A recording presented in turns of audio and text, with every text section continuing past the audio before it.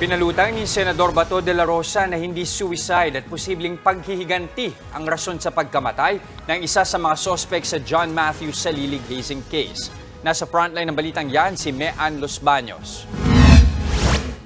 Hindi naniniwala si Senador Bato de la Rosa na nagpakamatay si alias Sakmal, ang umano'y nagmaneho ng AUV para dalhin ang bangkay ng hazing victim na si John Matthew Salilig. Pagpapalutang niya, posibleng paghihiganti ang rason sa pagkasawi ni Sakmal. Mamaya, nirisbakan na yun, ha? Yes, Your Honor. I-check natin talaga, siguruhin natin kung ano yung circumstances. Paki-coordinate sa NCRPO and please update this committee, ha?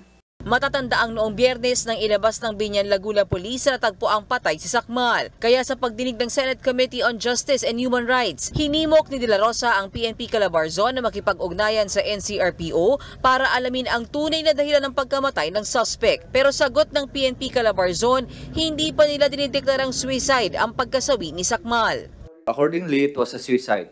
That's why sinabi ko, he died kasi we'll still be looking for the investigation conducted by the law enforcement agencies in National Capital Region. Bukod naman dyan, isiniwalat ng isang neophyte kung paano humantong sa libing ang initiation rites ni John Matthew.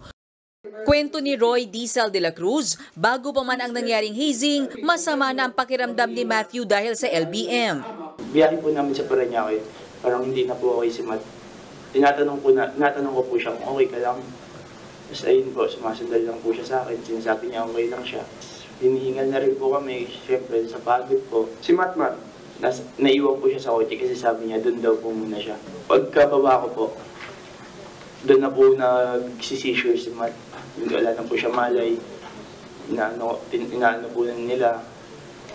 Sinusundot po nila yung bibig. Hindi, nung nawalan po na malay, inakyat po nila sa kwarto. Pero imbis na dalhin sa ospital, napagdesisyonan daw ng mga opisyal ng kapatiran na ilibing na lang si Matthew sa Imus, Cavite. Bagay na dinetalya ng leader ng Adamson chapter ng Taugama na si Tung Chek Teng Jr. alias Nike at master initiator ng frat na si Daniel Perry alias Ting sa parehong pagdinig. Sino naghukay? Yung nasa unaan, yung nauuna pong sasakyan. Daniel, pakialis ka. Ikaw yung naghukay. Ba't yun na napili niyong lugar?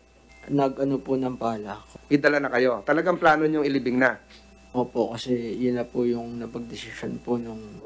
Lumabas din sa pagdinig na hindi nag-apply ng permit para sa isinagawang initiation rites ang Taugama. Hindi raw nila alam na kailangan ito, kaya ang mga senador uminit ang ulo sa mga fratman. Kumukulong dugo ko sa'yo. Baka tinadyak-tadyakan na kita eh. Minudmud ko pa yung mukha mo sa inidoro. Kung ako'y magulang mo. Diretso ka sa Muntinlupa. Yes po, sir. Alam na mga magulang mo yan. So sinayang mo na yung kinabukasan mo.